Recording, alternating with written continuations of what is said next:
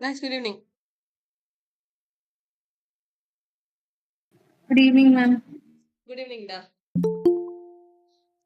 Voice audible? Yes, ma'am. Okay. Audible. ஆரம்பிச்சோம். நம்ம revision பண்ண போறோம். ஓகேவா? கொஸ்டின்ஸ் எல்லாம் ப்ரீவியஸ் கிளாஸஸ்ல பார்த்தது கிளியர் தானே? கொஸ்டின் பேப்பர் ஏதாவது டஃபா இருக்கா?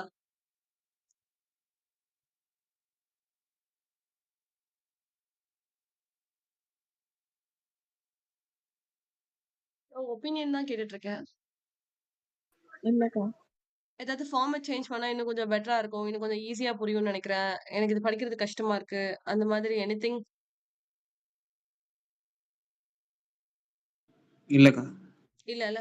சரி. எக்ஸாம் வர்றதுக்குள்ளயும் நம்ம 200 கொஸ்டின்ஸ் கம்ப்ளீட் பண்ணிடுவோம். ஓகேவா? 250 கொஸ்டின்ஸ் நான் டார்கெட் வச்சிருக்கேன்.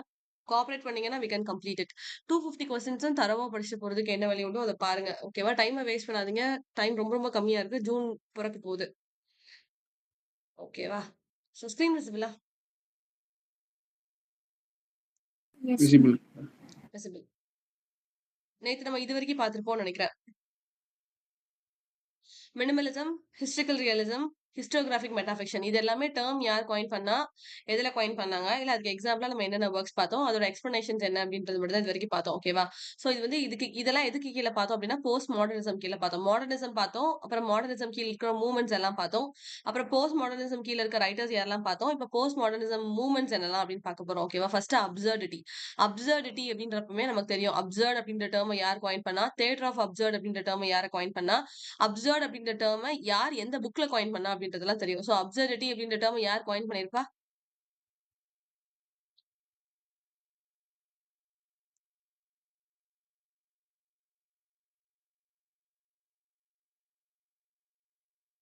சீக்கிரம் Samuel சொல்லுங்க. Beckett.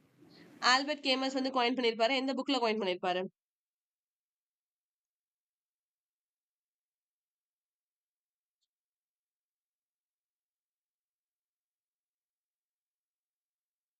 The Myth of Sisyphus. அந்த மித் ஆஃப் சிசிபஸ்ல அவர் காயின் பண்ணிருப்பாரு. ஓகேவா? அப்ப தியேட்டர் ஆஃப் அப்சர்ட் அப்படின்ற டேர்மை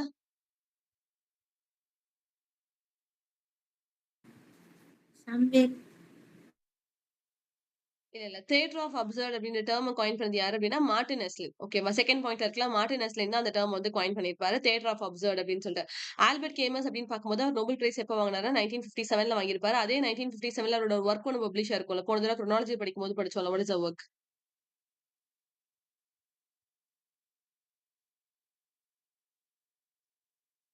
The Kingdom, the Excel and the Kingdom. Correct. Exile and kingdom அப்படின்ற ஒர்க் வந்து பார்த்தோம். அது வந்து 1957ல பப்ளிஷ் ஆயிருக்கு அப்படின்னு சொல்லி பார்த்தோம். ஓகேவா?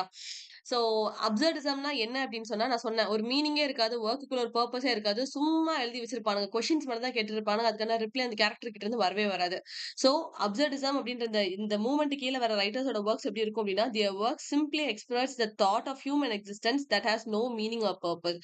வெறுமனையா இந்த உலகத்துல என்னை கடவுள் படைச்சான் அப்படின்ற ஒரே ஒரு காரணத்துக்காக நான் எக்ஸிட் மட்டும் தான் ஆகுவேன். வெறுமனையா உயிரோட அங்க இங்க நடமாடிட்டு இருப்பேனே தவிர என்ன வச்சு ஒரு மீனிங்கும் கிடையாது, ஒரு பர்பஸும் கிடையாது, ஒண்ணுமே இல்லாம சும்மா இருப்பேன் அப்படின்னு தான் வந்து அப்சர்டிசம் அப்படின்னு சொல்லி பாக்குறோம். ஓகேவா? So father of theatre of absurding யார சொல்றாங்கன்னா சாமுவேல் பக்கெட்ட சொல்றாங்க. சாமுவேல் பக்கெட்ட வந்து ஒரு கேரக்டரா நம்ம ஒரு இதுக்குள்ள பார்த்தோம் ஞாபகம் இருக்கா? நேத்து நான் சொல்லி கொடுத்துட்டு இருக்கும்போது தியரிஸ்ல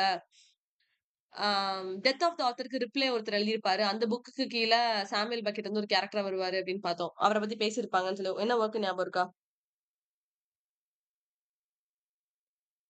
What, 1969ல சொல்லுங்கடா. what is an author? Correct. What is an author? யாரோட work? Michel Foucault. Foucault. Foucault. ஓகேவா? பக்தின் கிடையாது. Michael Foucault. மிக்கேல் ஃபூகோக்கு கீழ தான் வாட் இஸ் அன் ஆத்தர்ன்னு பார்த்தோம். அது எதுக்கு ரிப்ளையா எழுதப்பட்ட ஒர்க் அப்படின்னு சொன்னா டெத் ஆஃப் த ஆத்தருக்குன்னு சொல்லி பார்த்தோம். அதுக்கு கீழ தான் யார் கேரக்டர் அப்பியர் ஆவா அப்படின்னா சாமுவேல் பக்கெட். அப்சர்டிசம் அப்படின்னாலே திருப்பி திருப்பி ரிப்பீட்டடா நமக்கு வந்துட்டு இருக்க ஆத்தர்ஸ் வந்து ஹெரால்ட் பிண்டரும் சாமுவேல் பக்கெட்டும். ஹெரால்ட் பிண்டர் எந்த இயர்ல நோபல் பிரைஸ் வாங்கியிருப்பாங்க?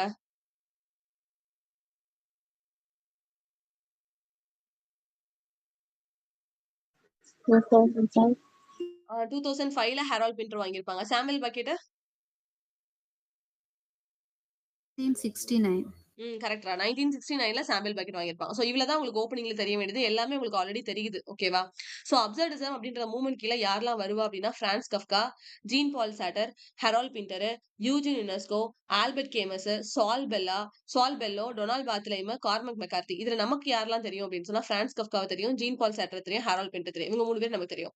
ஆல்பர்ட் கேமஸ் தெரியும், சால் பெல்லோ தெரியும். இவங்க 3 பேர் மட்டும் தான் உங்களுக்கு தெரியாது. ஐ மீன் சுத்தமா யாருன்னே தெரியாது அப்படின்னா, இவங்க 3 பேர் மட்டும் தான். Eugene Ionesco, Donald Barthelme, Cormac McCarthy. இவங்க 3 பேருமே குட்டி, குட்டி ரைட்டர்ஸ். வெறுமனே 2 வொர்க் தான் இவங்களுக்கு நான் சொல்லிக் குடுக்க போறேன். ஓகேவா? முதல்ல பிரான்ஸ் கஃப்கா உங்களுக்கு தெரிஞ்ச பாயிண்ட்ஸ சொல்லலாம். பிரான்ஸ் கஃப்கா அப்படின்னாலே என்ன வொர்க் தெரியும் நமக்கு? நேத்து கூட சொல்லிக் குடுத்தேன்ல. ஒரு ஹியூமன் வந்து ஸ்பைடரா மாறிருவான்னு. நைட்டோட நைட்டா? மெட்டமார்பிசிஸ்க்கா? மெட்டமார்போசிஸ். அது வந்து பிரான்ஸ் கஃப்காவோட வொர்க் அப்படின்னு பார்க்குறேன். மெட்டமார்போசிஸ் வந்து 1915ல பப்ளிஷ் ஆயிருக்கும். பிரான்ஸ் கஃப்காவோட ரிமைனிங் வொர்க் என்ன அப்படின்னு பார்க்கும்போது தான் த ட்ரையல், த கேஸ்டில், அமெரிக்கா அப்படின்ற ஒர்க்ஸ் எல்லாமே பிரான்ஸ் கஃப்காவோடது அப்படின்னு சொல்லி பார்க்குறோம். ஓகேவா? அவர பத்தி கீழ பார்ப்போம். நீங்க அப்ப பார்ப்பீங்க. ஜீன் பால் சார்ட்டர நம்ம எங்க பார்த்தோம்? யார் கூட வச்சு பார்த்தோம் ஞாபகம் இருக்கா? Decline of Nobel. சூப்பர்ரா. அவர் வந்து நோபல் பிரைஸ டிக்ளைன் பண்ணிருப்பாரு. எந்த இயர்ல?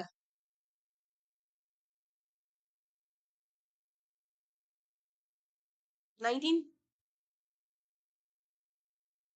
57 64. 57 வந்து ஆல்பர்ட் கேமஸ் வந்து நோபல் பிரைஸ் வாங்கின இயர். இப்ப மேல பார்த்தோம் பாத்தீங்களா? இந்த இருக்கு. ஆல்பர்ட் கேமஸ் வந்து 1957ல நோபல் பிரைஸ் வாங்கியிருப்பாரு.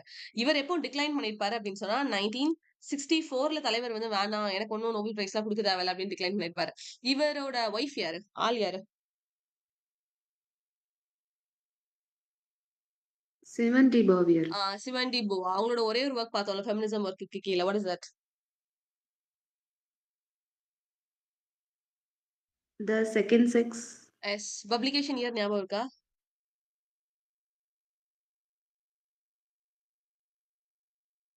1914. 18 கிடையாது. 19. எப்பவுமே ஃபெமினிசம் ஒர்க்க நீங்க எடுத்துக்கிட்டீங்க அப்படின்னா 19 தான். அதுக்கு முன்னாடி ஒண்ணும் ஃபெமினிசம் ஒண்ணும் அவ்வளவு பெருசா தல விரிச்சு ஆடிட்டு இல்ல. ஓகேவா? சோ ஃபெமினிசம் அப்படின்னு சொல்லி பார்த்தாலே நீங்க 19 மேல தான் நம்ம கண்டிப்பா இயர் வந்து பார்க்கணும். 1949. நீங்க இதுவரைக்கும் சொன்னதே seriously that's a good thing. So second sex அப்படின்ற ஒர்க் வந்து சிமன் டி போவாவோடது. எந்த இயர்ல பப்ளிஷ் ஆயிருக்குன்னா 1949. அதே 1949ல அர்தர் மில்லரோட எந்த ஒர்க் நம்ம பார்த்திருக்கோம்?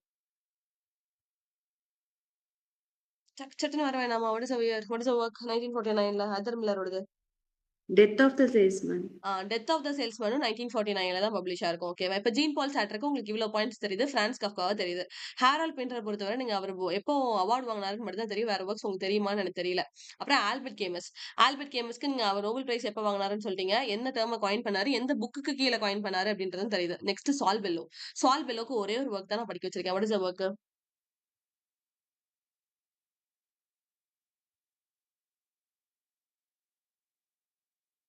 1976ல பப்ளிஷ் ஆயிருக்கும் அந்த ஒர்க் கூட. 76 56 ஒரே ஒரு ஒர்க். ஒரு மொமெண்ட்ட கேப்சர் பண்ணணும்னு சொல்லுவாங்கல்ல.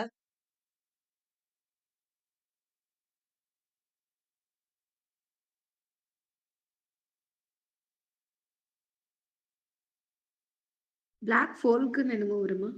அந்த சோல்ஸ் ஆஃப் பிளாக் ஃபோக் வந்து அது வேற ஒருத்தரோடது. டூ வாய்ஸோடது. சால் பெல்லோடது சீஸ் த டே. ஞாபகம் வருதா? Yes ma'am. சீஸ் த டே. அந்த இடத்த வந்து அந்த இடத்து மொமெண்ட் வந்து கேப்சர் பண்ணணும்னு சொல்லுவாரு. சீஸ் த டே 1956ல ஒர்க் வந்து பப்ளிஷ் ஆகும். இதுல இருந்து 20 வருஷம் கழிச்சு அவர் நோபல் பிரைஸ் வாங்கியிருப்பாருன்னு சொன்னேன். அப்ப எப்போ வாங்கியிருப்பாரு அவரு? 76. அவ்வளவுதான்டா. 1976. ஓகேவா? சோ சீஸ் த டே வந்து 1956. நோபல் பிரைஸ் வந்து 20 வருஷம் கழிச்சு வாங்கியிருப்பார் 1976. சால் பெல்லோட எல்லா ஒர்க்குமே ஹெச்ல தான் ஸ்டார்ட் ஆகும். நான் கீழ நடத்தும்போது சொல்றேன். சால் பெல்லோ அப்படின்னாலே சீஸ் த டேய தாண்டி மீதி எல்லாமே அட்வென்ச்சர்ஸ் ஆஃப் ஹெர்சோக், ஹெல்பாட், ஹாம்போல்ட்ன்னு சொல்லி எல்லாமே ஹெச்ல தான் அவரோட ஒர்க்ஸ் எல்லாமே ஸ்டார்ட் ஆகும் சால் பெல்லோடது. ஓகேவா?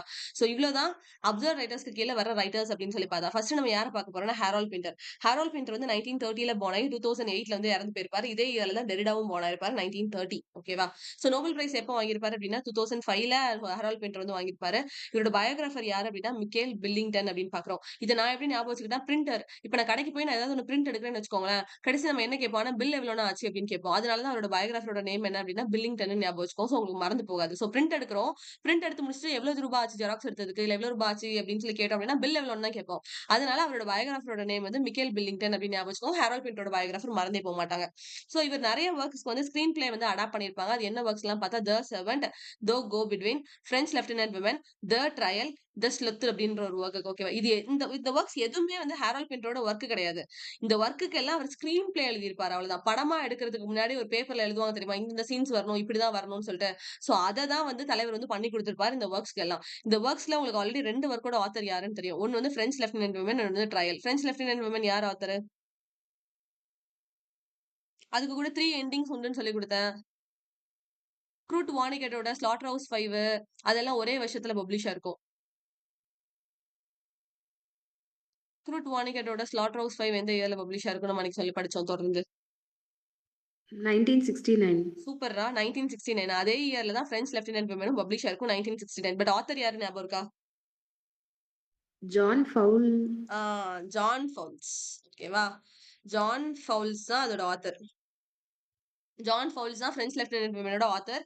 எந்த இயர்ல ஒரிஜினலா பப்ளிஷ் ஆயிருக்கும் அப்படின்னா 1969. இதுக்கு வந்து 3 எண்டிங்ஸ் இருக்கும் அப்படின்னு சொல்லியிருக்கோம். ட்ரையல் யாரோடது? இப்பதானே பார்த்துட்டு வந்தோம். பிரான்ஸ். Franz Kafka. பிரான்ஸ் கஃப்காவோடது. ஓகேவா? பிரான்ஸ் கஃப்காவோட ஒர்க் ட்ரையல். இது 2 ஒர்க் வந்து உங்களுக்கு ஒரிஜினல் ஆத்தர் தெரியும். மீதி எல்லா ஒர்க்ஸ்க்குமே அவர் வந்து ஸ்கிரீன் பிளே எழுதியிருப்பாரு அப்படின்னு சொல்லி பாக்குறோம். ஓகேவா? சோ ஹெரால்ட் பிண்டர் அப்படின்னால அவரோட ஜான்ரா என்ன சொல்லுவாங்கன்னா காமெடி ஆஃப் மெனஸ் அப்படின்னு ஒரு வேர்ட் வந்து சொல்லுவாங்க. காமெடி ஆஃப் மெனஸ் அப்படின்ற டேர்ம் யார் காயின் பண்ணிருப்பா அப்படின்னா எர்வின் வார்டல். நம்ம நிறைய டேர்ம்ஸ் படிச்சிருக்கோம். நிறைய டேர்ம்ஸ் யார் யார் காயின் பண்ணான்னு படிச்சிட்டு இருக்கோம். சோ அது ஒரு நோட்டு போட்டு எழுதினாலும் சரிதான், இல்ல ரிப்பீட்டடா நீங்க எதுலயாவது காப்பி டவுன் பண்ணி வச்சு படிச்சாலும் சரிதான். உங்களுக்கு தெரியணும் இந்த டேர்ம் இவங்க தான் காயின் பண்ணாங்க, இந்த டேர்ம் இவங்கிட்ட இருந்தா கடன் வாங்கினாங்க, இந்த டேர்ம் இவங்கிட்ட இருந்தா ஆட்டை போட்டாங்க அப்படின்றது எல்லாமே தெரியணும். ஓகேவா? சோ காமெடி ஆஃப் மெனஸ் அப்படின்ற டேர்ம் யார் வந்து காயின் பண்ணிருப்பா அப்படின்னா எர்வின் வார்டல். காமெடி ஆஃப் மெனஸ் அப்படின்னா என்ன அப்படின்னு சொன்னா சீரியஸா போயிட்டு இருக்க இடத்துல கடைசியில காமெடியா முடிச்சிருவாங்க. அதுதான் காமெடி ஆஃப் மெனஸ். ஓகேவா?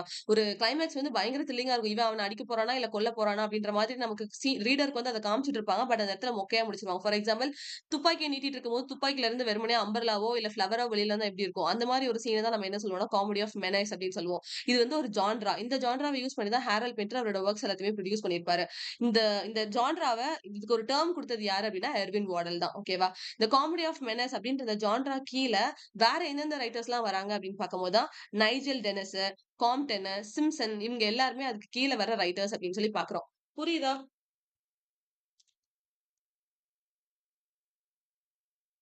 S ma'am. புரியுது. Okay. The comedy of menace அப்படின்ற டேர்ம எர்வின் வார்டல் காயின் பண்ணாரு அப்படின்னு சொன்னேன். பட் அவர் ஒரிஜினலா அந்த டேர்ம் வந்து அவரே எடுத்திருக்க மாட்டாரு. அவரே இன்னொரு இடத்துல இருந்து தான் எடுத்திருப்பாரு. யார்கிட்ட இருந்து எடுத்திருப்பாரு அப்படின்னா டேவிட் காம்டன் அப்படின்னு ஒரு ரைட்டர். அவர் வந்து லுனாட்டிக் வியூ அப்படின்னு ஒரு ஒர்க் எழுதியிருப்பாரு. அதுக்கு சப்டைட்டில் தான் காமெடி ஆஃப் மெனஸ் அப்படின்னு சொல்லி வச்சிருப்பாரு. ஓகேவா? அதை இவர் எடுத்து தான் ஒரு ஜான்ராவா ஃபார்ம் பண்ணி அவர் பாப்புலர் ஆயிருவாரு. காமெடி ஆஃப் மெனஸ் வந்து எர்வின் வார்டலோடது அப்படின்னு சொல்லி மாறிடும். சோ லுனாட்டிக் வியூ அப்படின்னு சொல்லி கேட்டாங்கன்னா அது யாரோட ஒர்க் அப்படின்னா டேவிட் காம்டனோடது. காமெடி ஆஃப் மெனஸ் அப்படின்ற இந்த ஜான்ராவை யார் காயின் பண்ணா அப்படின்னா எர்வின் வார்டல். பட் இந்த ஜான்ராவை யார் யூஸ் பண்ணிட்டு இருக்கா அப்படின்னு சொல்லி கேட்டா நம்ம ஹாரோல்ட் பிண்டர் தான் யூஸ் பண்ணிட்டு ரொம்ப ஃபேமஸ் ஆயிட்டு இருக்காரு. ஓகேவா? கிளியர் தானே? ஓப்பனிங் ஹாரோல்ட் பிண்டருக்கு படிச்சிடலாம்ல இத. Yes ma'am. இது எல்லாமே ஒரு ஒரு ஜான்ரா. ஓகேவா? இப்ப அப்சர்வ் ரைட்டர்ஸ் அப்படின்னு கேட்டா யார் உண்டு யார் கிடையாதுன்னு கேட்பாங்க. அப்ப உங்களுக்கு இவ்வளவு பேரையும் தெரியணும். இவ்வளவு பேருமே அப்சர்வ் ரைட்டர்ஸ்க்கு கீழ தான் வராங்க அப்படின்ற ஸ்டஃப் வந்து தெரியணும். இப்ப ஹாரோல்ட் பிண்டர் நடத்த போறேன் அப்படின்னா ஹாரோல்ட் பிண்டர் கிட்டத்தட்ட ஒரு 20 ஒர்க் எழுதியிருப்பாரு. 20 ஒர்க்கும் டெஃபினட்டா தெரியணும். எதையுமே நான் ஸ்கிப் பண்ணுங்கன்னு சொல்லவே மாட்டேன். இதுக்குன்னா இது எல்லாமே ஒவ்வொரு movement, absurdism, angry young man movement, imagist இதெல்லாம் ஒரு ஒரு மூவ்மெண்ட். அப்ப அது கீழ இருக்கிற எதையுமே நல்லா ஸ்கிப் பண்ணுங்கன்னு சொல்ல முடியாது. சோ எல்லா ஒர்க்ஸுமே நீங்க படிச்சு தான் ஆகணும். ஓகேவா? சோ இப்ப அவரோட பிளேஸ் அப்படின்னு சொல்லி ஸ்டார்ட் பண்றோம்னா ஃபர்ஸ்ட் என்ன பிளே எழுதியிருப்பாருன்னா த ரூம் அப்படின்னு சொல்லி ஒரு ஒர்க் எழுதியிருப்பாரு. 1957ல பப்ளிஷ் ஆயிருக்கும். த ரூம் அப்படின்ற அந்த ஒர்க்ல செட்டிங் என்ன அப்படின்னு சொன்னா ஒரு பெரிய வீடோட ஒரே ஒரு ரூம் மட்டும் தான் காமிப்பாங்க. வேற எதுவுமே நமக்கு காட்டவே மாட்டாங்க. நீங்க அதுக்கு கீழே எதுவுமே பெருசா ஒண்ணும் படிச்சுக்கலாம் தேவையில்ல. த ரூம் அதுதான் ஹாரோல்ட் பிண்டரோட ஃபர்ஸ்ட் ஒர்க். 1957ல பப்ளிஷ் ஆச்சு. அதுல செட்டிங் என்ன அப்படின்னா ஒரு பெரிய வீட்டோட ஒரே ஒரு ரூம் தான். அதுல வர கேரக்டர்ஸ் யாருன்ற மட்டும் தெரிஞ்சுக்கோங்க. Bert, Rose, mister Kidd, Riley அப்படின்ற ஒரு பர்சன். இந்த 4 கேரக்டர் நீங்க மனப்பாடம் பண்ண தான் செய்யணும். இந்த ரூம் அப்படின்ற அந்த பிளேக்கு கீழ அவங்க 4 பேர் வராங்க அப்படின்ற நாலேஜ் மட்டும் தெரிஞ்சா போதும். இதை விட எக்ஸஸா ஏதாவது படிக்கணும் அப்படின்னா நானே சொல்லிருவேன். இந்த புக்ல நீங்க எக்ஸஸா படிக்கணும்டா. இந்த பிளே வந்து ரொம்ப இம்பார்ட்டன்ட். நிறைய தடவை கேட்டுட்டாங்க. நானே இன்ஃபார்ம் பண்ணிருவேன். சரியா? சோ த ரூம் அப்படின்னு எடுத்துக்கிட்டா 1957 பப்ளிகேஷன். செட்டிங் என்ன? அந்த 4 ஒர்க் என்ன? 4 கேரக்டர்ஸ் என்ன அப்படின்றது மட்டும் தெரிஞ்சா போதும். அடுத்தது பர்த்டே பார்ட்டி. இது நிறைய தடவை நெட்ல கேட்ட கொஸ்டின். இதுவும் 1957ல தான் பப்ளிஷ் ஆயிருக்கும். ஓகேவா? It is first full length play அப்படின்னு பார்க்கணும். இதுல எத்தனை ஆக்ட்ஸ் இருக்கு அப்படின்னு சொன்னா 3 ஆக்ட்ஸ் இருக்கு. இதை நான் எப்படி ஞாபகம் வச்சேன் அப்படின்னா இவரோட ஒவ்வொரு பிளேக்கும் எத்தனை ஆக்ட்ஸ் இருக்குன்னு படிக்கிற மாதிரி இருக்கும். பர்த்டே பார்ட்டி வந்து 3 ஆக்ட்னு போட்டிருக்கா. டம் வெயிட்டர் வந்து 1 ஆக்ட் பிளேன் கொடுத்துருக்கா. கேர் டேக்கர் அப்படின்றது 3 ஆக்ட் பிளேன்னு குடுத்திருக்காங்க. இந்த மாரி ஒவ்வொன்னுக்கும் ஒவ்வொரு ஆக்ட்ஸ் வந்து வரும். அப்ப பர்த்டே பார்ட்டி அப்படின்னு சொன்னா, பார்ட்டி அப்படின்னா நெறைய பேர் வருவாங்க. அப்ப குறைஞ்சது 3 பேராவது இருக்கணும். நான் எப்படி ஞாபகம் வச்சுட்டேன்னா, இப்ப வீட்ல கேக் கட் பண்றோம் அப்படின்னா, அப்பா இருப்பாங்க, அம்மா இருப்பாங்க, அந்த பர்த்டே பாய் இருப்பான். அதனால பர்த்டே பார்ட்டில டெஃபினட்டா 3 பேர் இருப்பாங்க. ஒரு ஃபேமிலில எடுத்துக்கிட்டா, ஸ்டார்ட்டிங்ல 3 பேர் தான் ஒரு ஃபேமிலி. அதுக்கப்புறம் தான் 4த் அவருக்கு இன்னொரு கிட் வந்து பொறக்கும். அப்ப அதுக்கு முன்னாடி அப்படின்னு பார்த்தா 3 பேர். அதனால பர்த்டே பார்ட்டில வந்து 3 ஆக்ட் தான் அப்படின்னு தான் நான் ஞாபகம் வச்சேன். ஓகேவா? சோ பார்ட்டி பர்த்டே அப்படின்னு வந்தா அம்மா, அப்பா, அந்த பையன். சோ 3 பேர் தான் இருப்பாங்க. இந்த பர்த்டே பார்ட்டிக்கோட செட்டிங் என்ன அப்படின்னு சொன்னா, boarding house in a seaside town. Boarding house in a seaside town அப்படின்னா, கடல் இல்லன்னா ரிவர் வந்து பக்கத்துல இருக்கும். அது பக்கத்துல ஒரு வீடு இருந்துச்சு அப்படின்னு சொன்னா, அது என்ன சொல்லுவோம்? அதனால அந்த சீய ஒட்டி இருக்கிற போர்டிங் ஹவுஸ் தான் இதோட செட்டிங் அப்படின்னு பார்க்கிறோம். சோ அந்த போர்டிங் ஹவுஸோட ஓனர்ஸ் யாரு அப்படின்னா, பெட்டி அண்ட் மெக் அப்படின்னு சொல்லி 2 பேர் இருப்பாங்க.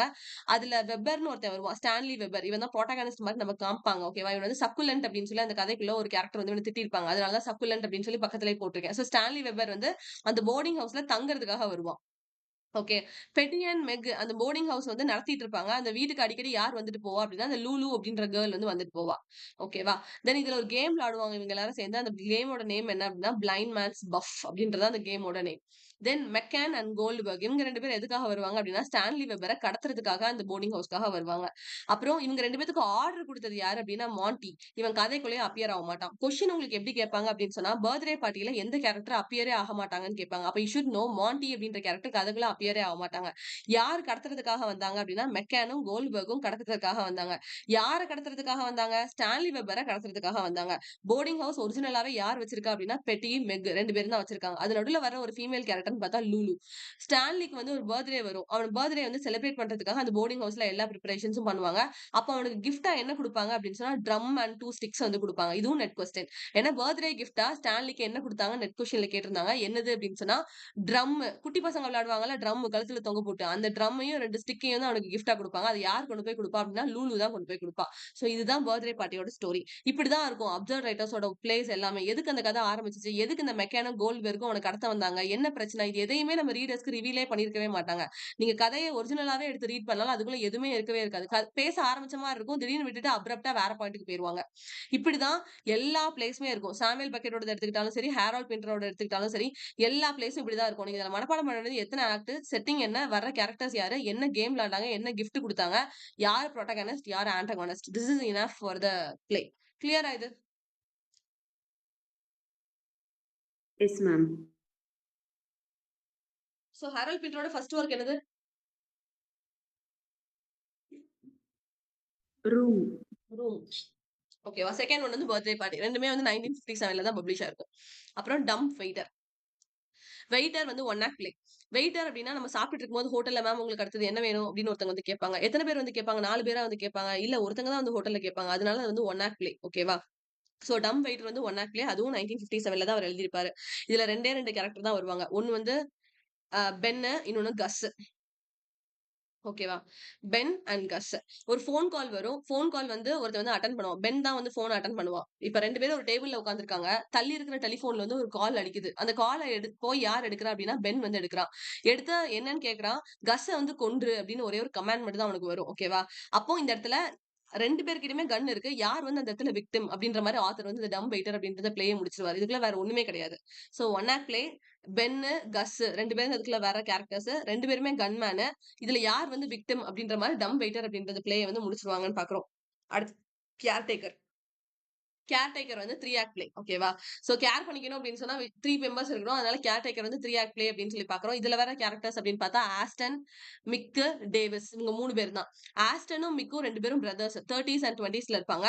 டேவிஸ் அப்படின்ற ஒருத்தனை வந்து வீட்டுக்கு கூட்டிட்டு வருவாங்க. ஓகேவா? யார் அந்த டேவிஸ வந்து வீட்டுக்கு கூட்டிட்டு வருவா அப்படின்னா, ஆஸ்டன் தான் வீட்டுக்கு கூட்டிட்டு வருவான். கேட்பாங்க. டேவிஸ் வந்து யார் வீட்டுக்கு கூட்டிட்டு வந்தா? ஆஸ்டனா, மிக்கான்னு கேட்பாங்க. அப்போ உங்களுக்கு தெரியணும் ஆஸ்டன் தான் வந்து டேவிஸ வீட்டுக்கு கூட்டிட்டு வந்தான் அப்படின்னு சொல்லிட்டு. சோ மிக்குக்கும் டேவிஸ்க்கும் சண்டை ஆயிரும். சோ அதுதான் வந்து இந்த கேர்டேக்கரோட ஸ்டோரி. ஓகேவா? சோ 3 கேரக்டர் இருக்காங்க. Aston, Mick, Davies. இதுல டேவிஸ் தான் வீடு இல்லாதவன். அவன தான் வந்து ஆஸ்டன் வீட்டுக்கு தூக்கிட்டு வரான் அப்படின்னு பார்க்கிறோம். இதுல இன்னொரு கொஸ்டின் என்ன கேட்டிருந்தாங்க அப்படின்னு சொன்னா, இந்த கேர்டேக்கர்ல என்ன மாரி பொருள்லாம் இருந்துச்சுன்னு சொல்லி 4 ஆப்ஷன் குடுத்திருந்தாங்க. அதுல என்னலாம் இருந்துச்சுன்னா, Buddha statue, vacuum cleaner, bucket. அதனால இதையும் நீங்க படிச்சு தான் ஆகணும். ஓகேவா? Buddha statue, vacuum cleaner, bucket. கேர்டேக்கர்ல வர்ற ப்ராப்ஸ்ன்னு சொல்லலாம். ப்ராப்பர்ட்டீஸ் அப்படின்னு கூட சொல்லலாம். ஓகேவா? Next home coming. Home coming வந்து 1965ல பப்ளிஷ் ஆயிருக்கும். இது வந்து டோனி அவார்டும் வாங்கியிருக்கும். ஹோம் கமிங் அப்படின்றது 2 ஆக்ட் பிளே. இப்ப வீட்டுக்கு நம்ம போறோம், ஸ்கூல் முடிச்சுட்டு இல்ல காலேஜ் முடிச்சுட்டு அப்படின்னா வீட்ல 2 பேர் தான் இருப்பாங்க. அம்மா, அப்பா. அதனால ஹோம் கமிங் வந்து 2 ஆக்ட் பிளே அப்படின்னு ஞாபகம் வச்சுக்கோங்க. செட்டிங் வந்து என்ன அப்படின்னு சொன்னா நார்த் லண்டன் அப்படின்னு பாக்குறோம். இந்த பிளேல முக்கியமா யார நம்ம ஃபோக்கஸ் பண்றோம் அப்படின்னா டெடி அண்ட் ரூத் அப்படின்ற இந்த 2 பேர் தான். இவங்க 2 பேரும் வீட்டுக்கு ரிட்டர்ன் வராங்க. அவங்கள ஃபோக்கஸ் பண்ற மாதிரி தான் இருக்கு. ஓகேவா?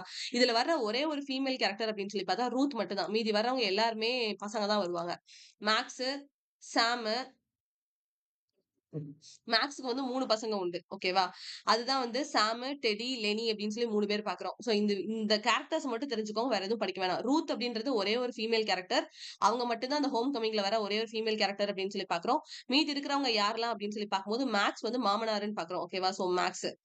அப்புறம் மேக்ஸோட பிரதர் யாரு அப்படின்னு சொன்னா சாம். சோ இவங்க 2 பேருமே அந்த மாமனார் பொசிஷன்ல இருப்பாங்க. அப்புறம் 3 பசங்க யாரெல்லாம் அப்படின்னு பார்த்தா டெடி, லெனி, ஜோயி. டெடியோட ஒய்ஃப் தான் யாரு அப்படின்னா ரூத். இவங்க 2 பேர் தான் கல்யாணம் ஆயிடுச்சு. சோ வீட்டுக்கு ரிட்டர்ன் வராங்க அப்படின்னு சொல்லி பார்க்கிறோம். டெடியோட ப்ரொஃபஷன் என்னன்னா பிலாசபி ப்ரொஃபசர்.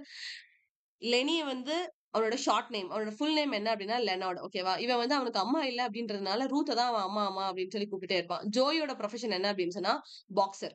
இவ்ளோ பசங்க இருக்காங்க கதைக்குள்ள. வர்ற ஒரே ஒரு ஃபீமேல் கேரக்டர் என்ன அப்படின்னு சொன்னா ரூத் அப்படின்னு பார்க்கலாம். சோ ஹோம் கமிங்ல வர ஃபீமேல் கேரக்டர் என்னன்றத பாத்துக்கோங்க ரூத். மீதி இருக்கிற பசங்களோட நேம் என்ன அப்படின்றத மட்டும் பாத்துக்கோங்க. கிளியரா இது வரைக்கும்? Yes ma'am. கிளியர். இந்த ரூத் அப்படின்னு பார்த்தது எனக்கு ஒரு ஞாபகம் வருது. Ruth Prawer Jhabvala, Nayantara Sahgal, Chaman Nahal இவங்க எல்லாருமே வந்து எந்த இயர்ல பிறந்திருப்பாங்க இந்தியன் ரைட்டர்ஸ்? நயன்தாராக்கு எத்தனை வயசுன்னு சொல்லுங்க.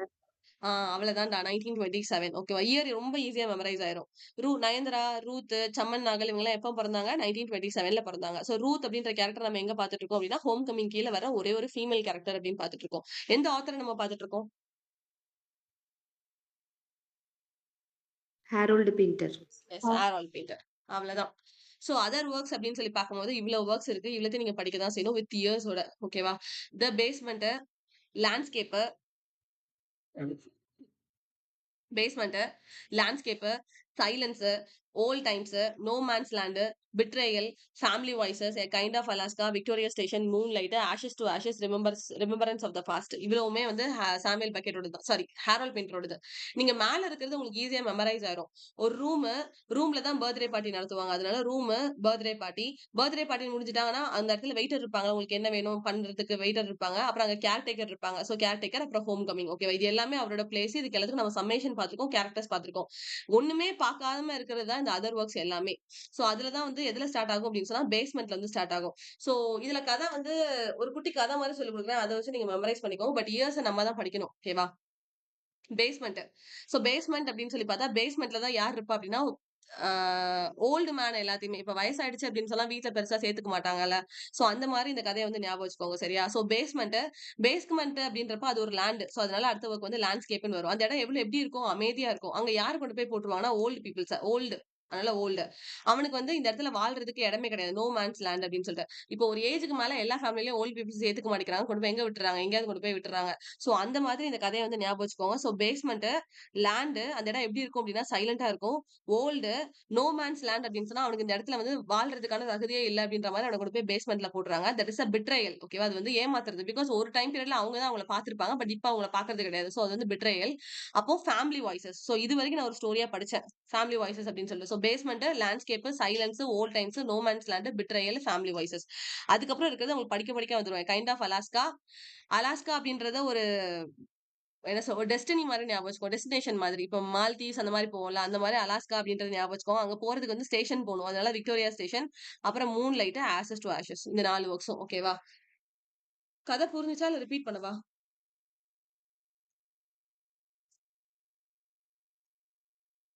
Clear ma'am. ஹெரால்ட் பின்டருக்கு ஃபர்ஸ்ட் ஒர்க் என்ன பார்த்தோம்? Room. செகண்ட் ரூம்ல என்ன நடந்துச்சு? Birthday party. பார்ட்டினால யார் இருப்பா? Waiter. வெயிட்டர் அந்த வேலையெல்லாம் முடிச்சதுக்கு அப்புறம் Caretaker. கேர்டேக்கருக்கு அப்புறம் எல்லா வேலையும் முடிச்சுட்டு எங்க வருவோம்? Home coming. Home coming. Home. ஓகேவா? இது வரைக்கும் உங்களுக்கு எல்லாமே புரியுது. அதுக்கப்புறம் என்ன பாக்குறோம்? ஓல்டு மேனோட ஸ்டோரி பாக்குறோம். ஓல்டு மேன் எங்க போட்டிருக்காங்க?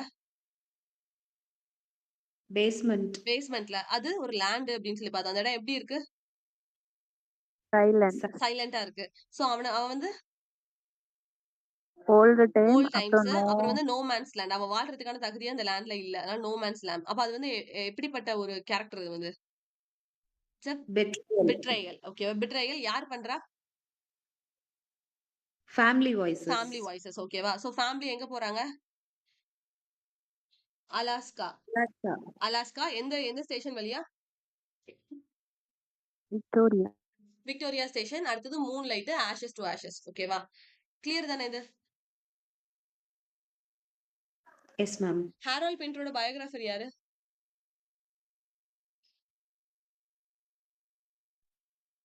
Michael Billington. Michael Billington. Bill எவ்வளவு ஆச்சுன்னு கேக்குறோம். ஓகேவா? இவரோட டிராமாட்டிக் ஸ்கெச்சஸ் அப்படின்னு சொல்லி பார்க்கும்போது ட்ரபிள் இன் த ஒர்க்ஸ், அப்ளிகண்ட், நைட், ப்ரிசைஸ்லி. இந்த அப்ளிகண்ட் அப்படின்ற ஒர்க்கை சில்வியா பிளாத்தும் எழுதியிருப்பாங்க. அதுதான் நெக்ஸ்ட் கொஸ்டின்.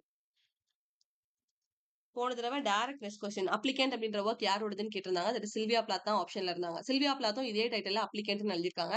அப்ளிகண்ட் இன்னொருத்தர் யார் எழுதிருக்காருன்னா நம்ம ஹாரல் பிண்டர் எழுதிருக்காரு. ஓகேவா? ட்ரபிள் இந்த ஒர்க்ஸ், அப்ளிகண்ட், நைட், ப்ரிசைஸ்லின்றதும் அவரோட தான். அப்புறம் அவரோட ரேடியோ பிளே என்ன அப்படின்னா வாய்ஸஸ். வாய்ஸஸ் தான் கடைசியா பப்ளிஷ் ஆனது 2005. மீதி இயர்ஸ் கூட கம்பேர் பண்ணீங்க அப்படின்னா எல்லாமே வேற வேற இயர்ஸ்.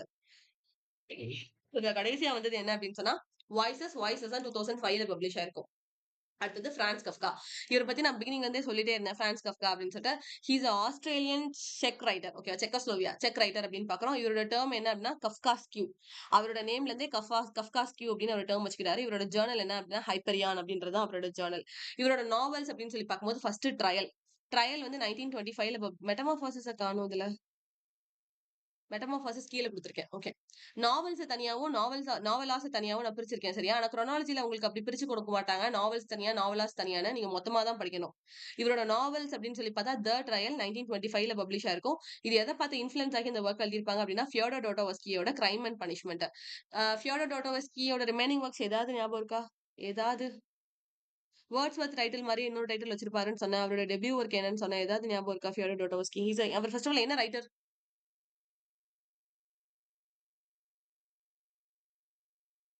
எந்த கண்ட்ரி ரைட்டர்?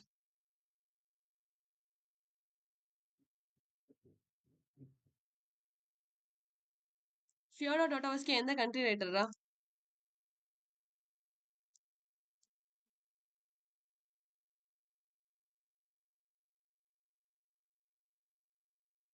மறந்துடுச்சா?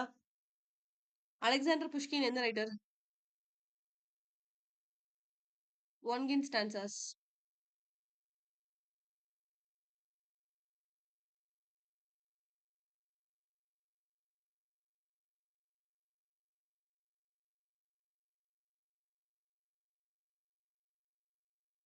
ஃபியோடர் டாஸ்டாவஸ்கி வந்து ரஷ்யன் ரைட்டர். நேம் ரீட் பண்ணும்போதே தெரியும். அதை நம்மளால ப்ரொனவுன்ஸே பண்ண முடியல. He is a Russian writer. ஓகேவா? ரஷ்யன் ரைட்டர் தான் ஃபியோடர் டாஸ்டாவஸ்கி. அவரோட ஒர்க்ஸ்னு சொல்லி பார்த்தா notes from under ground, crime and punishment, the idiot, poor folk, இது எல்லாமே ஃபியோடர் டாஸ்டாவஸ்கியோட ஒர்க்ஸ். ஓகேவா?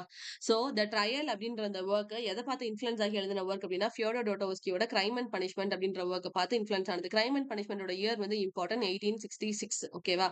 இதுல ப்ரோட்டகனிஸ்டோட நேம் என்ன அப்படின்னா ஜோசப் கே. கே வந்து இம்பார்ட்டன்ட். Joseph K. ஓகே, அதான் வந்து ப்ரோட்டகனிஸ்டோட நேம் அப்படின்னு சொல்லி பாக்குறோம். இந்த ட்ரையல் அப்படின்றதுல இந்த ஜோசப் கே அப்படின்ற பர்சனை வந்து சடனா வந்து கேப்சர் பண்ணிட்டு போயிருவாங்க. ஏன் பிடிச்சிருக்காங்க, எதனால பிடிச்சிருக்காங்கன்னு கதை எண்ட் வரைக்கும் நமக்கு தெரியவே தெரியாது. கடைசியில அவனை ஒரு டாக் மாதிரி ஒரு இடத்துக்கு கூட்டிட்டு போய் சுட்டு தள்ளி கொன்றுவாங்க. ஏன் கொன்னாங்கன்னு கூட தெரியாது. ஓகேவா?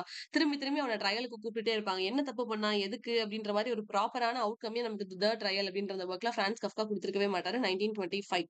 அடுத்தது த கேஸ்டில் அப்படின்னு ஒரு ஒர்க் எழுதியிருப்பாரு 1926. இதுலயும் ப்ரோட்டகனிஸ்டோட நேம் என்ன அப்படின்னா வெறுமனையா கே தான். அப்புறம் அமெரிக்கா அப்படின்னு ஒரு ஒர்க் எழுதியிருப்பாரு. அமெரிக்காக்கு ஸ்பெல்லிங் பாத்தீங்களா? AMERICAன்னு வரணும். ஆனா அவருக்கு கஃப்கால வர்ற கே வந்து தூக்கி போட்டிருப்பாரு அமெரிக்கா அப்படின்னு சொல்லிட்டு. அப்ப ஸ்பெல்லிங் டிஃபர் ஆகும் போதே தெரியும் அது வந்து பிரான்ஸ் கஃப்காவோட ஒர்க் அப்படின்னு சொல்லிட்டு. ஓகே.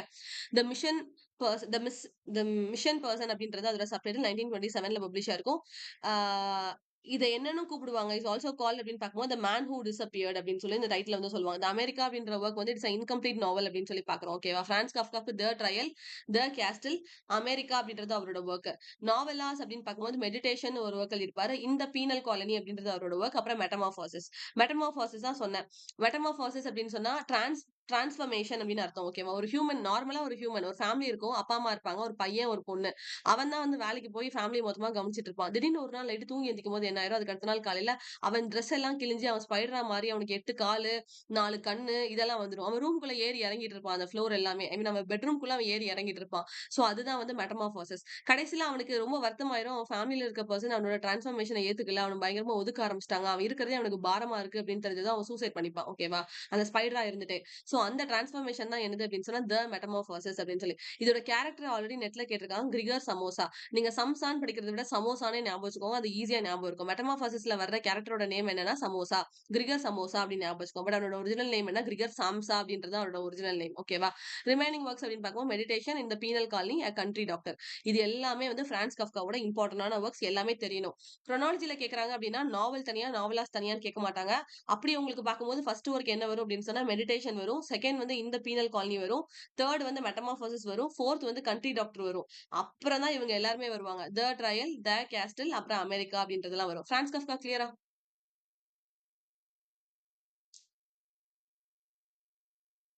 S ma'am. எஸ். அடுத்தது Albert Camus. Albert Camus Nobel prize எப்ப வாங்குனாருன்னா 1957ல. அவர் தான் என்ன டேர்ம் காயின் பண்ணிருப்பாருன்னா அப்சர்டிசம். எந்த புக்கு கீழ காயின் பண்ணிருப்பாரு? தி மித் ஆஃப் சிசிபஸ் கீழ காயின் பண்ணிருப்பாரு 1942. இவ்வளவு விஷயம் உங்களுக்கு ஆல்ரெடி தெரியும். இதுல எக்ஸைல் அண்ட் கிங்டமும் நெட் கொஸ்டின்னு தெரியும். இது பப்ளிஷ் ஆன இயர் என்ன? 19 56. எஸ். அவர் நோபல் பிரைஸ் வாங்கின வருஷமும், அந்த ஒர்க் பப்ளிஷ் ஆன வருஷமும் ஒரே வருஷம் தான் 1957. ஓகேவா? இதுல இருக்க ரிமைனிங் ஒர்க்ஸ் அவரோடதுன்னு தெரியணும். தி ஸ்ட்ரேஞ்சர், தி பிளேக், தி ஃபால், தி ரெபெல் இதெல்லாம் நான் கிளாஸ்ல சொல்லியிருப்பேன் ஆஃபன். அப்புறம் ஹாப்பி டெத் அப்படின்றது அவரோட கடைசி ஒர்க். அதுல குரோனாலஜியா நான் தப்பா கொடுத்திருக்கேன். சரியா? தி ஸ்ட்ரேஞ்சர், தி பிளேக், தி ஃபால், தி ரெபெல் இது எல்லாமே வந்து ஆல்பர்ட் கேமஸோட ஒர்க். இது எதுக்குமே சம்மேஷன்லாம் தெரிய வேணாம். அவரோட டேர்ம் என்ன காயின் பண்ணாரு? எப்ப நோபல் பிரைஸ் வின் பண்ணாரு? எக்ஸல் அண்ட் கிங்டம் எந்த இயர்ல பப்ளிஷ் ஆச்சு? ரிமைனிங்கோட இயரை கேட்கறதுக்கு வாய்ப்பு ஜாஸ்தி. அதனால தான் மித் ஆஃப் சிசிபஸோட இயர் அடிக்கடி படிங்கன்னு சொல்லுவேன். மித் ஆஃப் சிசிபஸ் வந்து 1942. அதே 1942 தான் த ஸ்ட்ரேஞ்சர் அப்படின்ற ஒர்க்குமே பப்ளிஷ் ஆயிருக்கும். அதுக்கப்புறம் தான் பிளேக், அப்புறம் த ரெபல், அப்புறம் ஃபால், அப்புறம் தான் ஹாப்பி டெத் வந்து பப்ளிஷ் ஆயிருக்கும். இது குரோனாலஜில கேட்டாங்கன்னா நீங்க வந்து ரெக்ரெட் பண்ணுவீங்க இந்த ஒர்க் ஒழுங்கா படிச்சிருக்கலாமே அப்படின்னு சொல்லிட்டு. சோ ஆல்பர்ட் கேமஸோட ஒர்க்ஸை தரவா படிச்சுட்டு போங்க. அப்புறம் எக்ஸிஸ்டென்ஷியலிசம். எக்ஸிஸ்டென்ஷியலிசமும் சரி, அப்சர்டிசமும் சரி கிட்டத்தட்ட ஒரே மாதிரி தான். லைஃப்ல வந்து பர்பஸே இல்ல. லைஃப் வந்து மீனிங்லெஸ்ஸா இருக்கு அப்படின்ற ஒரு விஷயம் தான் வந்து எக்ஸ்டென்ஷியலிசம். நான் வந்து எக்ஸிஸ்ட் ஆகுறேனே தாண்டி, அதை தாண்டி எனக்குன்னு ஒரு பர்பஸோ எதுவுமே இல்ல அப்படின்றது எக்ஸிஸ்டென்ஷியலிசம். இந்த எக்ஸிஸ்டென்ஷியலிசம் அப்படின்ற டேர்ம் யார் காயின் பண்ணிருப்பா அப்படின்னா சோரன் கிரிகார்ட் அப்படின்ற ஒரு பர்சன் தான் காயின் பண்ணிருப்பாங்க. இதுக்கு கீழ வர பிளே ரைட்ஸ் அப்படின்னு பார்க்கும்போது Samuel Beckett, Jean Paul Sartre, Kafka, Eugene Ionesco இவங்க 4 பேருமே இதுக்கு கீழயும் வருவாங்க அப்படின்னு பாக்குறோம். ஓகேவா? சாமுவேல் பெக்கெட் தான் அடுத்து பார்க்க போற ரைட்டர். அவர் எப்போ born ஆயிருப்பாரு? 1906ல born ஆகி 1989ல டிமைஸ் ஆயிருப்பாரு. எப்போ நோபல் பிரைஸ் வாங்கியிருப்பாரு?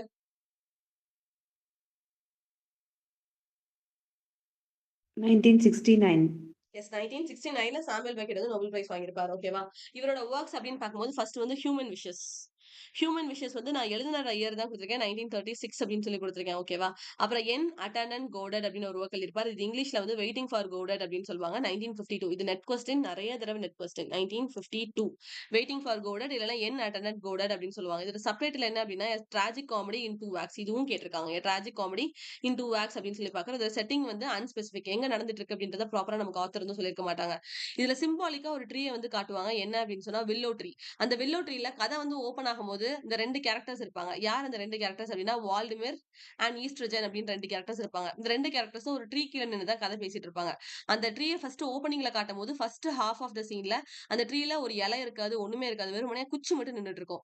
2வது ஹாஃப் ஆஃப் த சீன்ல நமக்கு காட்டிக்கும்போது அந்த ட்ரீ வந்து நல்லா வளர்ந்து, இலைலாம் நல்லா தளிர்த்து நல்லா இருக்கும். அத வந்து சிம்பாலிக்கா நமக்கு காட்டியிருப்பாங்க அந்த வில்லோ ட்ரீய. அதனால தெரிஞ்சு வச்சுக்கோங்க. என் அட்டெண்டன்ட் கோடர் கீழ சிம்பாலிக்கா வர ட்ரீயோட நேம் என்ன அப்படின்னா வில்லோ ட்ரீ அப்படின்னு சொல்லிட்டு. என் அட்டெண்டன்ட் கோடர்ல வருது 2 கேரக்டர் தான். ஒன்னு வந்து வால்டிமிர் அண்ட் ஈஸ்ட்ரஜன். இவங்க 2 பேருமே மேஜர் கேரக்டர்ஸ் அப்படின்னு பாக்குறோம். வால்டிமிரோட ஷார்ட் நேம் என்ன அப்படின்னா டிடி. ஈஸ்ட்ரஜனோட ஷார்ட் நேம் என்னன்னா கோகோ அப்படின்னு சொல்லுவாங்க. இது 2மே அவங்களோட ஷார்ட் நிக் நேம்ஸ் அப்படின்னு சொல்றோம்.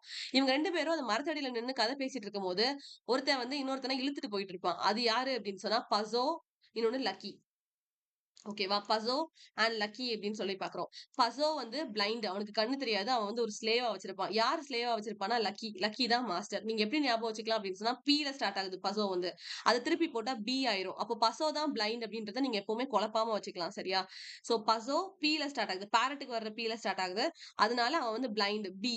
அதனால பசோ பிளைண்ட் ஞாபகம் வச்சுக்கோங்க. அவன் வந்து ஒரு ஸ்லேவ். யார்கிட்ட அவன் ஸ்லேவா வேலை பார்த்துட்டு இருக்கான் அப்படின்னா லக்கி அப்படின்ற ஒரு பர்சன் கிட்ட ஸ்லேவா வேலை பார்த்துட்டு இருக்கான். அந்த லக்கி யாரு அப்படின்னு சொன்னா மாஸ்டர். இவ்வளவு கேரக்டர்ஸ் அதுக்குள்ள வருவாங்க. விளாடிமிர் அண்ட் ஈஸ்டர்ஜன் அந்த மரத்தடியில நின்னு கதை அடிச்சிட்டு இருப்பானுங்க. அவனுங்க எதுக்காக வெயிட் பண்ணிட்டு இருப்பானுங்க அப்படின்னா காட பார்க்கணும் அப்படின்றதுக்காக வெயிட் பண்ணிட்டு இருப்பாங்க. காட் கடைசி வரைக்கும் வரவே மாட்டானுங்க. அந்த பிளேல ஃபுல்லா அவனுங்க அதே இடத்துல நின்னுகிட்டே தான் இருப்பாங்க. ரொம்ப ரொம்ப ரொம்ப ரொம்ப ஒஸ்டான ஸ்டோரி என்ன அட்டன் கோடன் வந்து நீங்க எடுத்து சம்மேஷன் ரீட் பண்ணி பார்த்தாலே தெரியும். ஏன் அவனுங்க 2 பேரும் இந்த ட்ரீ கீழ நின்னுட்டு இருக்கானுங்கன்னே தெரியவே தெரியாது. ரொம்ப ரொம்ப கதைய ரொம்ப ஒஸ்ட்டா இழுத்து கொண்டு போயிருப்பாங்க இந்த ஸ்டோரி வந்து என்ன அட்டெண்டன்ட் கோடன வந்து ஓகேவா. சோ விளாடிமிர் வந்து டிடி, ஈஸ்ட்ரஜன் வந்து கோகோ, பசோ வந்து பிளைண்ட், அவன் வந்து ஸ்லேவ், லக்கி வந்து மாஸ்டர். தென் ஒரே ஒரு கேரக்டர் த பாய்ன்னு வருவான். இந்த பாய் தான் வந்து எப்ப பார்த்தாலும் இன்ஃபார்ம் பண்ணிட்டு வருவான். இன்னைக்கு கடவுள் வந்து வரமாட்டாரு, இன்னைக்கு காட் வந்து வரமாட்டாரு அப்படின்றது அந்த பாய் மட்டும் தான் இன்ஃபார்ம் பண்ணிட்டு போவான். மொத்தமே இந்த 5 கேரக்டர்ஸ் தான் என்ன அட்டெண்டன்ட் கோடன்ல வருவாங்க. இதுல என்னென்ன மாதிரி கொஸ்டின்ஸ் கேட்க முடியுமோ அவ்வளத்தையும் ஆல்ரெடி நெட்ல கேட்டாச்சு. பப்ளிஷ் ஆன இயர் என்ன, சப்டைட்டில் என்ன, சிம்பாலிக் என்ன, வர கேரக்டர்ஸ் யாரெல்லாம், யார் வந்து பிளைண்டா இருப்பா, யார் வந்து மாஸ்டர், யாரோட நிக்நேம் வந்து டிடி, யாரோட நிக்நேம் வந்து கோகோ, இது எல்லாமே ஆல்ரெடி நெட்ல நிறைய தடவை கேட்டாச்சு. ஓகேவா? கிளியரா? என்ன அட்டெண்டன்ட் கார்டன் வந்து சரிக்கா.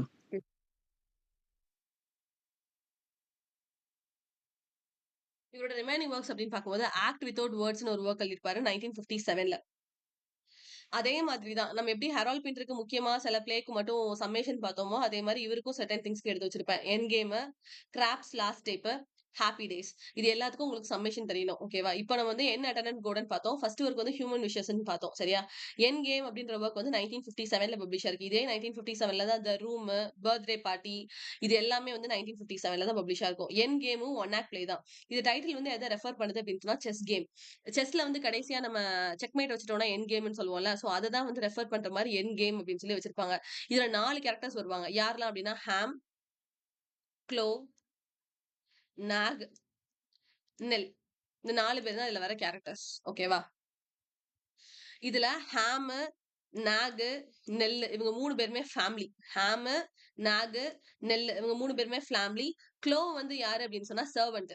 இவங்க எல்லாத்துக்கும் வேலை பார்த்துட்டு இருக்க சர்வன்ட் அப்படின்னு சொல்லி சொல்லலாம். ஓகேவா? க்ளோ வந்து servant.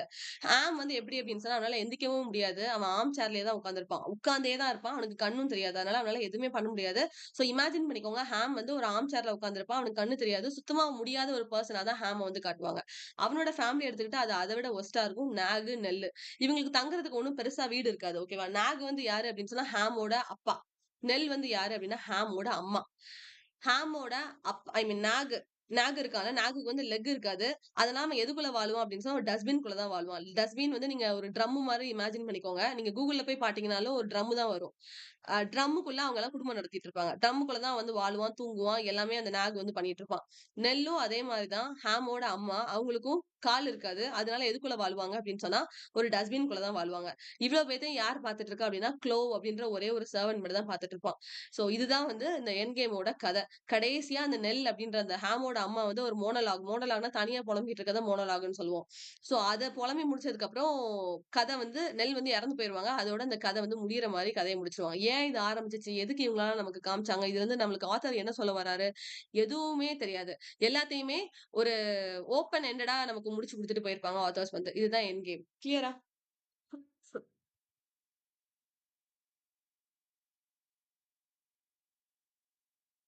Yeah, ma'am. Clear. ஹாமு, Nagu, நெல்லு இவங்க 3 பேரும் ஃபேமிலி. க்ளோ வந்து சர்வன்ட். ஓகேவா? அடுத்தது Krapp last tape. Krapp last tape வந்து 1958ல பப்ளிஷ் ஆயிருக்கும். இதுவும் ஒரு ஒன் ஆக்ட் பிளே அப்படின்னு தான் பாக்குறோம். ஓகேவா? இது யாருக்காக எழுதியிருப்பாங்க அப்படின்னா ரியல் லைஃப்ல வளர்ந்த ஒரு ரியல் லைஃப்ல உயிரோட இருந்த ஒரு ஆக்டர். அவரோட நேம் என்ன அப்படின்னா பேட்ரிக் மேகி. அவருக்காக தான் இந்த பிளே வந்து த கிராப் லாஸ்ட் டேப் அப்படின்னு சொல்லி எழுதியிருப்பாங்க. இதோட ஃபர்ஸ்ட் டைட்டில் அதுக்கு என்ன வச்சிருப்பாங்கன்னா மேகிஸ் மோனோலாக் அப்படின்னு தான் வச்சிருப்பாங்க.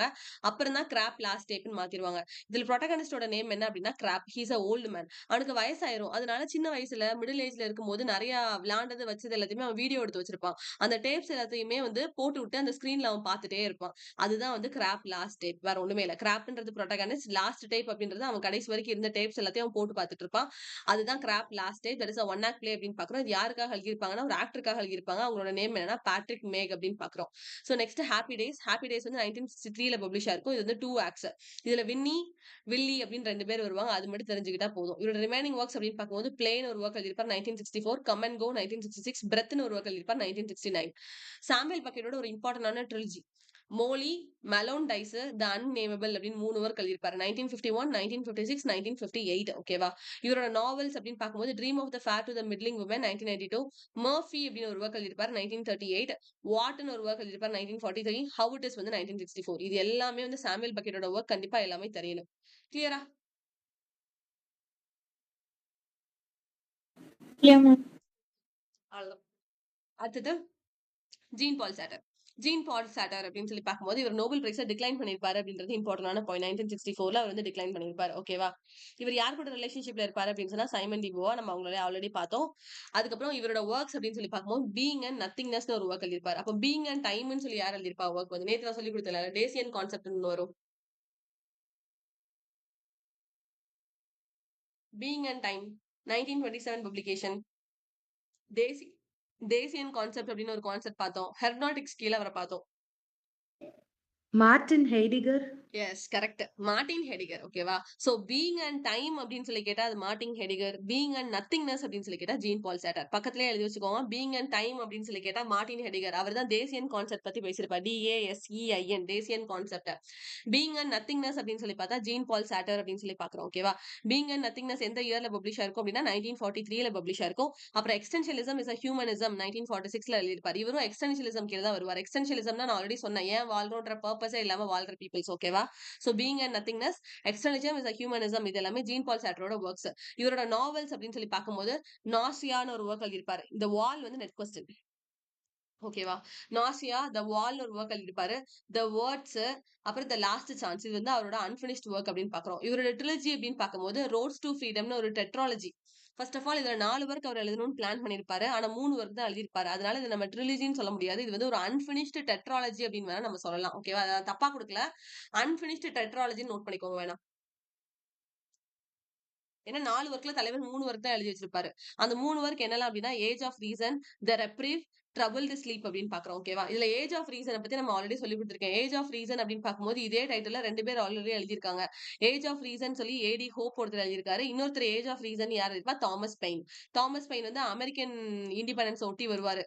அப்போ அவர் வந்து வாய் பேசியிருப்பாரு அப்படின்னு சொல்லி Thomas Paine, age of reason, common sense, இந்த ஒர்க்ஸ் எல்லாமே அவரோட ரெப்ரசன்டேட்டிவ்ஸ்.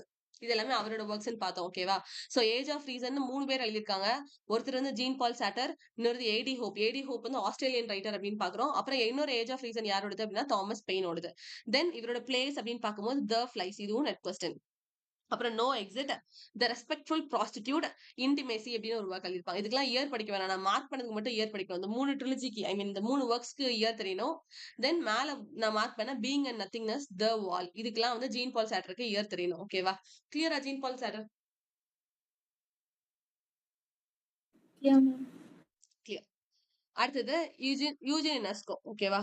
யூஜின் யுனெஸ்கோவோடது ஒரே ஒரு ஒர்க் தான் நெட்ல கேட்டிருக்காங்க. என்ன அப்படின்னு சொன்னா ரைனோசரஸ். இது ஒண்ணு மட்டும் தான் கேட்டிருக்காங்க. அவரோட டெபியூ ஒர்க் என்ன அப்படின்னா த பிளாட் சோப்ரானோ அப்படின்னு ஒரு ஒர்க் எழுதியிருப்பாரு. அதுதான் அவரோட ஃபர்ஸ்ட் ஒர்க் யூஜின் யுனெஸ்கோ ஓடுது. அவரோட லாங் பிளேஸ் அப்படின்னு எடுத்துக்கும் போது how to get rid of இட்னு ஒரு ஒர்க் எழுதியிருப்பாரு. ரைனோசரஸ்னு ஒரு ஒர்க் எழுதியிருப்பாரு. மேக் பெட்னு எழுதியிருப்பாரு. மேக் பெத் நமக்கு தெரியும். மேக்பெத் அப்படின்னு பார்த்தா ஷேக்ஸ்பியரோட பிளே அப்படின்னு நம்ம சொல்லிடுவோம். இது வந்து மேக் பெட்னு எழுதியிருப்பாரு. ஓகேவா? சோ இல்ல ரைனோசரஸ் அப்படின்னு சொல்லி கேட்டா Eugene Ionesco. How rhinoceros got his skin அப்படின்னு கேட்டா ருடியார்ட் கிப்ளிங். ருடியார்ட் கிப்ளிங் எந்த இயர்ல நோபல் பிரைஸ் வாங்கியிருப்பாரு?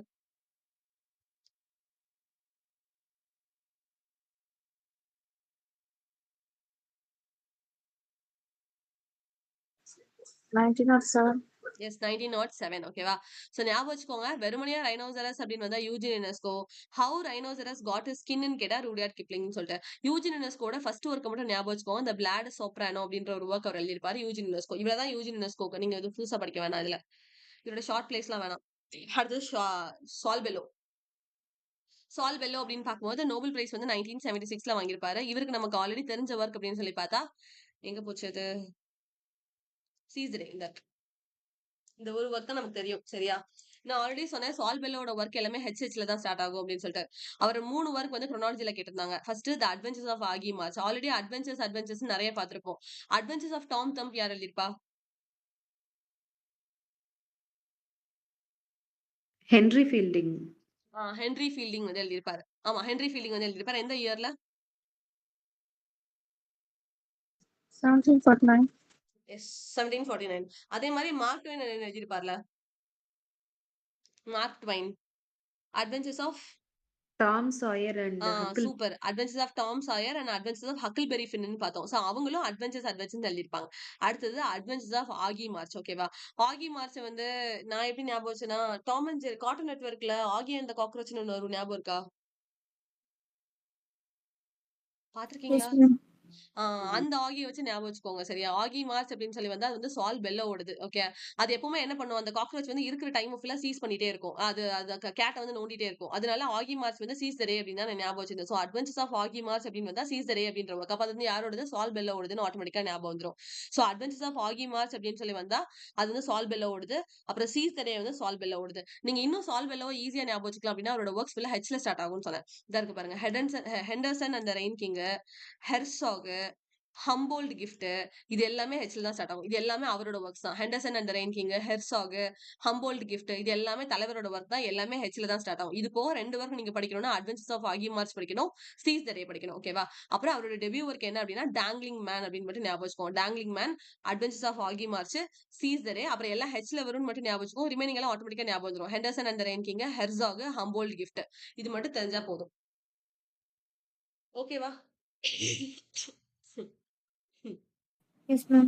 ஓகே. இன்னைக்கு காலையில நான் ஒண்ணு கேட்டேன். பிகாரஸ்க்குன்னா என்ன அப்படின்னா, ரோக் வந்து புரோட்டகனிஸ்டா வருவான் அப்படின்னு சொன்னீங்க. பில்டன்ஸ் குரோமன்னா நான் என்ன சொன்னேன்? சின்ன வயசுல இருந்து அவன் வளர்ற வரைக்கும் காமிச்சாங்கன்னா, அதுதான் பில்டன்ஸ் குரோமன். இந்த ஸ்பெல்லிங்க பாத்துக்கோங்க. இதான் பில்டன்ஸ் குரோமன். இதுவும் இல்லனா இன்னொரு வேர்ட் வந்து கம்மிங் ஆஃப் ஏஜ்ன்னு சொல்லுவாங்க அந்த நாவல்ஸ் வந்து. கம்மிங் ஆஃப் ஏஜ்ன்னு சொல்லுவாங்க. கம்மிங் ஆஃப் ஏஜ் நாவல்னு சொல்லுவாங்க. 2மே வந்து சின்ன வயசுல இருந்து பெரிய வயசு வரைக்கும் காமிச்சாங்க அப்படின்னு சொன்னா, அது வந்து பில்டன்ஸ் குரோமன் இல்லனா கம்மிங் ஆஃப் ஏஜ் அப்படின்னு சொல்லுவாங்க. பிகாரஸ்க்குனா ரோகா வருவான் அப்படின்னு பார்த்தோம். இன்னொன்னு எப்போனாமஸ்ன்னு பார்த்தோம் அப்படிதானே? எப்போனாமஸ்ன்னு பார்த்தோம். EPONMY சம்வாட் பார்த்தோம். அது என்ன சொன்னேன்? எப்போனாமஸ்னா? எப்போனிமஸ்னா? டைட்டில் டைட்டிலும் ஹீரோவோட நேமும் சேமா இருக்கும். எஸ். புரோட்டகனிஸ்டோட நேம் என்னவோ அதுதான் வந்து டைட்டிலோட நேம் வரும் அப்படின்னு பார்த்தோம். அதுதான் வந்து எப்போனமஸ் அப்படின்னு சொல்லி பார்த்தோம். இதுக்கு அடுத்தது இன்னொரு டெர்ம் நீங்க என்ன படிக்கணும் அப்படின்னா ரோமனக்ளெஃப். ரோமனக்ளெஃப்னா என்ன அப்படின்னு சொன்னா, ரியல் லைஃப்ல அந்த பெர்சன் வந்து இருப்பாங்க. ஃபார் எக்ஸாம்பிள் இப்போ நம்ம ஆக்டர்ஸ் யாரையாவது எடுத்துக்கலாம். சரியா? ரியல் லைஃப்ல விஜய் வந்து இருக்கதான் செய்றாங்க. விஜயோ, அஜித்தோ யாரோ ஒருத்தவங்க இருக்கதான் செய்றாங்க. பட் அதே கேரக்டர நான் வந்து வேற ஒரு நேம் மாத்தி கதைக்குள்ள அதே பெர்சனோட கேரக்டரிஸ்டிக்ஸ், ஆட்டிட்யூட் எல்லாத்தையும் அப்படிதான் ரெப்ரசென்ட் பண்ணுவேன். ஆனா நேம மட்டும் நான் மாத்திப்பேன். அத வந்து நான் என்ன சொல்லுவேன்னா, ரோமனக்ளெஃப்ன்னு சொல்லுவேன். புரியுதா என்ன சொல்றேன்னு? Yes ma'am. ரியல் லைஃப்ல அந்த பெர்சன் உயிரோட தான் இருக்காங்க. ஆனா அந்த பெர்சன் தான் அப்படின்னு சொல்லிட்டு அவரோட ஒரிஜினல் நேம் நான் யூஸ் பண்ண மாட்டேன் அந்த நாவல்குள்ள. நான் என்ன பண்ணுவேன், அந்த கேரக்டரோட நேம மட்டும் மாத்திருவேன். ஆனா பேக்கிரவுண்ட்ல வர ஸ்டோரி, நடந்த விஷயங்கள், வரப்போற இன்சிடென்ட்ஸ் எல்லாமே வந்து அந்த ரியல் பெர்சனோட லைஃப்ல நடந்தத நான் ரெப்ரசென்ட் பண்ணுவேன். அத வந்து ரோமனக்ளெஃப் நாவல் அப்படின்னு சொல்லுவோம். ஓகேவா? சோ இந்த மாதிரி நிறைய ஜான்ராஸ் இருக்கு. ஜான்ராஸ் கொடுத்து மாஸ்டர் ஃபாலோவர்களை கேட்பாங்க. பிகாரஸ்க்னா என்ன? பில்டன்ஸ் ரோமன்னா என்ன? கம்மிங் ஆஃப் ஏஜ்னா என்ன? எப்போனமஸ்னா என்ன? ரோமனக்ளெஃப்னா என்னன்னு கேட்பாங்க. ரோமனக்ளெஃப் இஸ் நத்திங் பட் ரியல் லைஃப்ல அந்த பெர்சன் இருப்பாங்க. அவங்கள நான் வந்து கதைக்குள்ள வேற மாதிரி நான் காட்டிட்டு இருப்பேன். அதுதான் வந்து ரோமனக்ளெஃப் அப்படின்னு சொல்றோம். கிளியர்? Yes, ma'am. கிளியர். அவ்வளவுதான். அடுத்து டொனால்ட் பார்த்லமே. சோ டொனால்ட் பார்த்லமேயோட ஒர்க்ஸ் எல்லாம் எப்படி இருக்கும் அப்படின்னு சொன்னா 60 ஸ்டோரிஸ், 40 ஸ்டோரிஸ். இதுதான் அவரோட கலெக்ஷன். இது 2 தான் நெட்ல ஆல்ரெடி கேட்டிருக்காங்க. வேற எதுவும் அவரோட பத்தி கேட்டது கிடையாது. ஓகேவா? 60 ஸ்டோரிஸ், 40 ஸ்டோரிஸ். இது 2 தான் டொனால்ட் பார்த்லமேயோட 2 ஒர்க்ஸ். அவரோட நாவல்ஸ்னு பார்த்தா snow white, dead father, paradise. ஓகேவா? அப்புறம் கார்மக் மெக்கார்த்தி. கார்மக் மெக்கார்த்தி அப்படின்னு சொல்லி பார்க்கும்போது இவரோடது வந்து ஆர்ச்சர்ட் கீப்பர். ஃபர்ஸ்ட் ஒர்க் வந்து orchard keeper, outer dark, stone mansion, blood meridian. இது 4மே அவரோட ஒர்க்ஸ், மேஜர் ஒர்க்ஸ். அவரோட ட்ரிலஜியோட நேம் என்ன அப்படின்னா பார்டர் ட்ரிலஜி அப்படின்னு சொல்லிட்டு. பார்டர் அப்படின்னு சொன்னா நம்ம இந்தியா பார்டர், பாகிஸ்தான் பார்டர் அப்படின்னு சொல்றோம். அதை வந்து ஞாபகம் வச்சுக்கோங்க. Border trilogy. கார்மக் மெக்கார்த்தியோட ட்ரிலஜி என்னன்னா பார்டர் ட்ரிலஜி. அப்போ அந்த பார்டரை வந்து யார் கிராஸ் பண்றா அப்படின்னா பிரெட்டி ஹார்சஸ் வந்து கிராஸ் பண்றாங்க. ஓகேவா? அதுதான் வந்து pretty horses crossing the plain அப்படின்னு ஞாபகம் வச்சுக்கோங்க. இதெல்லாம் ஒரே சென்டென்ஸா வரணும். Pretty horses crossing the plain அப்படின்னு சொல்லி வந்துடும். இதுதான் வந்து பார்டர் ட்ரிலஜியோட 3 ஒர்க்ஸ். நீங்க தனித்தனியா படிக்க தேவையில்ல. பார்டர் ட்ரிலஜி யார் கிராஸ் பண்றானா அழகான ஹார்சஸ் வந்து கிராஸ் பண்ணுது அந்த பிளைனை வந்து. So pretty horses crossing the plain அப்படின்னு ஞாபகம் வச்சீங்கன்னா பார்டர் ட்ரிலஜி மறந்தே போகாது. கார்மக் மெக்கார்த்தி அப்படின்னு சொல்லி பார்க்கும்போது அவரோட ஒர்க்ஸ் எப்படி இருக்கும் அப்படின்னா ஆர்ச்சர்ட் கீப்பர். ஆர்ச்சர்ட் அப்படின்றது ஒரு மரம். ஓகேவா? அதை வந்து பத்திரமா பாத்துக்கிறதுக்காக ஒரு கீப்பர் வந்து போட்டிருக்காங்க. அப்ப அவன் என்ன பண்ணுவான், நைட்டு ஃபுல்லா வெளியில தான் இருப்பான். அதனால அவுட்டர் டார்க். அங்க ஒரு ஸ்டோன் மேன்ஷன் இருக்கும். ஸ்டோன் மேன்ஷன்னா கல் கல்ல வச்சு உட்கார்றதுக்காக போட்டிருப்பாங்களா, அதுதான் நம்ம ஸ்டோன் மேன்ஷன் சொல்லுவோம். சோ ஸ்டோன் மேன்ஷன், அப்புறம் blood meridian. So orchard keeper வந்து நைட் ஃபுல்லா வெளியில இருக்காரு. அவர் என்ன பண்றாரு, ஸ்டோன் மேன்ஷன்ல தான் உட்கார்ந்திருக்காரு. சோ கார்மக் மெக்கார்த்தி மெக்கார்த்திக்கு மொத்தம் 3 works. Orchard keeper, outer dark, stone mansion, அப்புறம் பிளட் மெரிடியன். அவரோட ட்ரிலஜி என்ன அப்படின்னா பார்டர் ட்ரிலஜி. பார்டர்ல யார் கிராஸ் பண்றா? Pretty horses crossing the plain. அவ்வளவுதான் முடிஞ்சிச்சு. இவ்வளவுதான் வந்து கார்மக் மெக்கார்த்தி. இவ்வளவுதான் அப்சர்ட் ரைட்டர்ஸ். கிளியரா? Yeah, ma'am. இது மட்டும் படிச்சிடலாம்ல அப்சர்ட் ரைட்டர்ஸ் எல்லாத்தையுமே ஃபுல்லா. Yes, ma'am. Okay guys, thank you for listening. Thank you, ma'am. Thank you. Bye.